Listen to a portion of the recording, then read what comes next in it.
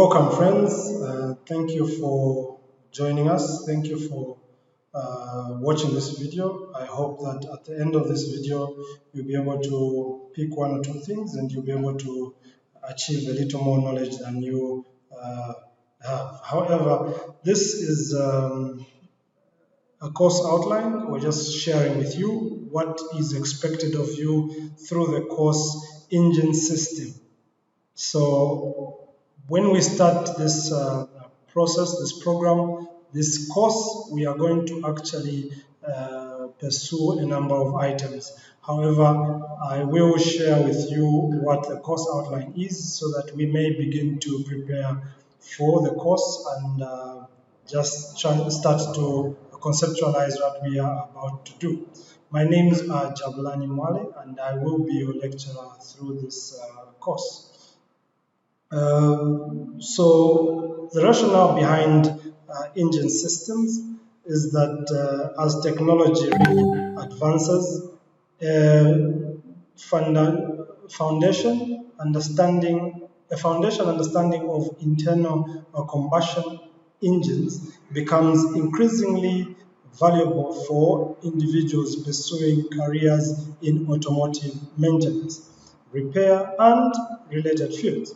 This course is designed to bridge the knowledge gap for basic mechanics, providing them with a solid grasp of engine systems. The practical skills gained will empower students to tackle real-world challenges in engine maintenance, promoting self-reliance and also enhancing their employability in the automotive industry. So as we go to the course, the aim of what we are going to be pursuing, the aim really is for the course is to provide fundamental knowledge, foundational knowledge as well, and practical skills in understanding internal combustion engines and their associated systems, geared towards individuals with a basic background in mechanics. The course seeks to equip students with a comprehensive understanding of engine components, their functions, and the fundamental principles governing their operations. By the end of this course, students should be able to analyze, maintain, and troubleshoot basic engine systems. So we are also going to just share with you the objectives, basic objectives of our course. So the basic objectives include, but are also not limited to, understand the internal combustion of an engine, understand the engine components and their functions, to understand carburation versus fuel injection, also to understand cooling and exhaust systems. So those are the four basic objectives. However, there are more other objectives that it will achieve, but obviously as we go, we'll be able to understand and be clear about what we are doing. So going further, we are going to look at the course outlines. As usual, we have broken this into units, different units, and therefore the units we are going to look at, we are going to consider in this course are as follows. The first unit is going to be Introduction to Internal Combustion. Now, this is going to have different topics where we are going to have an overview of internal combustion engines. Okay, we are going to also look at the historical development and evolution. How have we moved from where we used to be to where we are now regarding engines, regarding motor vehicles. So basic thermodynamics and concepts of work in engines.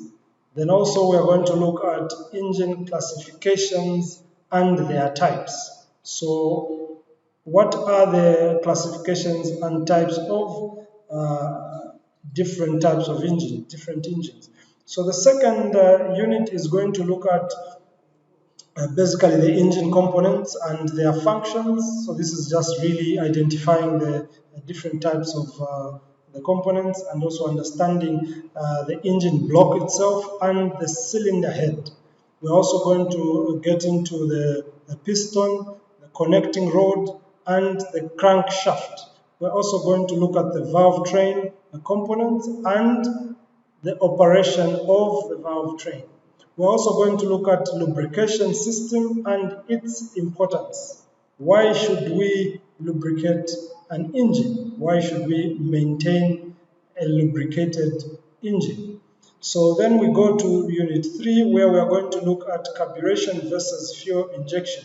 Under this one, we are going to be looking at fuel delivery systems and their components. We're also going to look at fuel quality and octane ratings.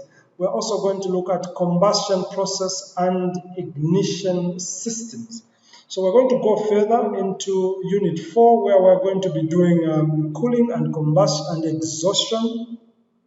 Okay, so we're going to do the cooling systems and the exhaust systems, where we're going to actually look at the importance of engine cooling. We're going to look at the radiator, we're going to look at the water pump, we're going to look at the thermostat.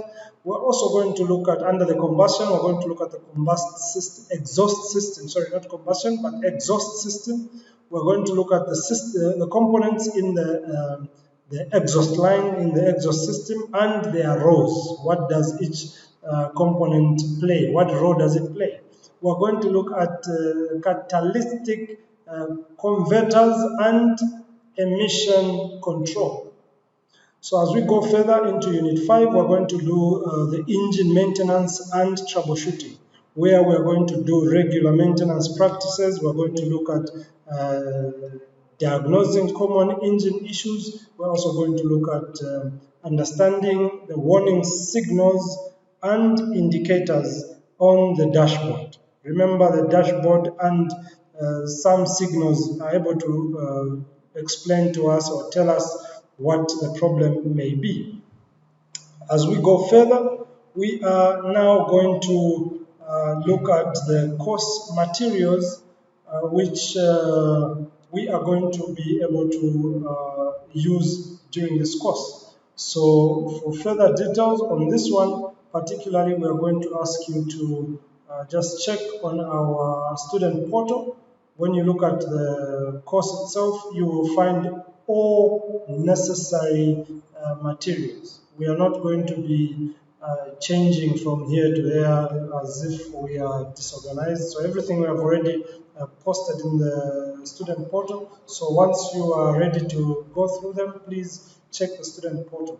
And also, just for your further information, your research, you may be able to take advantage of our online library, where all the books that we have are shared in the library, which is an online facility that we have. This is the state of the art. So as we also close up, maybe it's important that we share the evaluation program. So we are going to do three types of evaluation. The first one is going to be through assessments. We're going to do assignments, and these assignments, however they are given to you, we are going to break them down into 20%. They should give us a 20% after a compilation of all our assignments. So we go further. There should be a course research project, and this research project is going to carry another 20 marks. We go further into the final exam. This one is going to carry 60%, and this 60%, when you add it to the assignment and the research project, it comes to a total of 100%. Just to also further add, we are also going to be doing group work in some of the assignments or the projects. We will be able to give you either group work or you can do them as individuals. However, the marks and percentages still remain the same. So thank you so much, and see you in the next video, and we wish you all the best. Thank you.